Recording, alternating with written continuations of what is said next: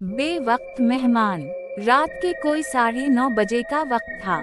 गांव की सड़कें सुनसान थीं और बारिश जोरों पर थी। अली, जो शहर से आया था, अपने नाना के पुराने घर की तरफ जा रहा था। ये मकान 10 साल से बंद पड़ा था।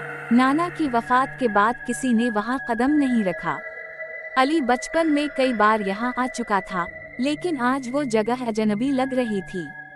दरवाजे की चाबी इसके पास थी। जैसे ही उसने दरवाजा खोला, पुरानी सी खुशबू और खामोशी ने इसका इस्तकबाल किया। हर तरफ धूल और जाले थे। वो अंदर आया, अपना सामान रखा और खिड़की खोल दी ताकि कुछ हुआ आ सके। मोबाइल की फ्लैश ऑन की और कमरे का जायजा लेने लगा। वही बचपन वाला कमरा, बस अब सुनसान। अली सोफे पर बैठा ही था कि अचानक उसे लगा किसी ने फर्श पर कदम रखा है। वो चौंका, लेकिन खुद को समझाया कि शायद बारिश की बूंदें हों। थोड़ी ही देर में दरवाजे पर हल्की सी दस्तक हुई। वो दरवाजे के करीब गया और पूछा, कौन? कोई जवाब ना आया। इसने दरवाजा खोला। बाहर बारिश और अंधेरा था। कोई नहीं था। वो वापस आकर बैठ गया। फिर किसी ने आहिस्ता से उसका नाम पुकारा, अली। वो तेजी से मुड़ा, लेकिन कमरा खाली था। इसने फ्लैश बंद करके सोने की कोशिश की, मगर नींद ना आई। थोड़ी देर बाद कमरे में सर्दी बढ़ गई, जैसे कोई साया दाखिल हो गया हो। फिर वही आवाज आई, अली। अब के बार आवाज और वाज़ेह थी। वो उठा और कमरे का जायजा लिया। कुछ गैर मामूली नजर न आया। उसी दौरान उसे किचन के नीचे से मध्यम रोशनी दिखाई दी।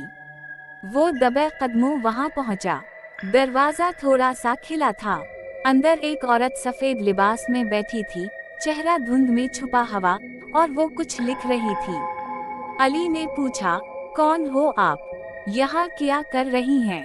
औरत ने सर उठाया और आहिस्ता से बोली, मैं तुम्हारे नाना की दोस्त हूँ।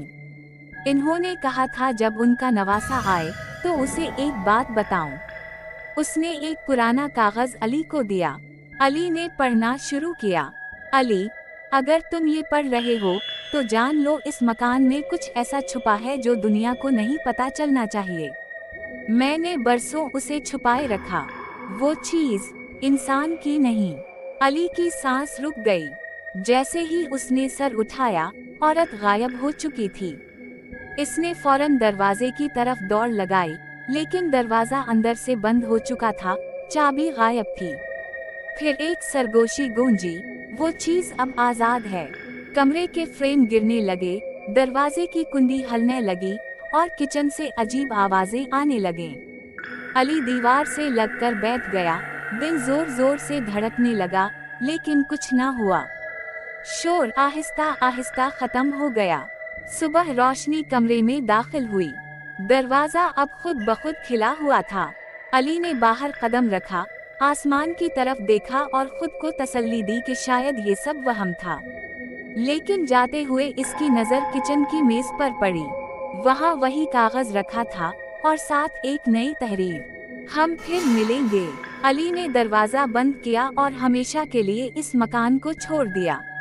मगर गांव वालों का कहना है कि आज भी बारिश की रातों में इस घर से रोशनी आती है, और कोई लिखने की आवाज आती है।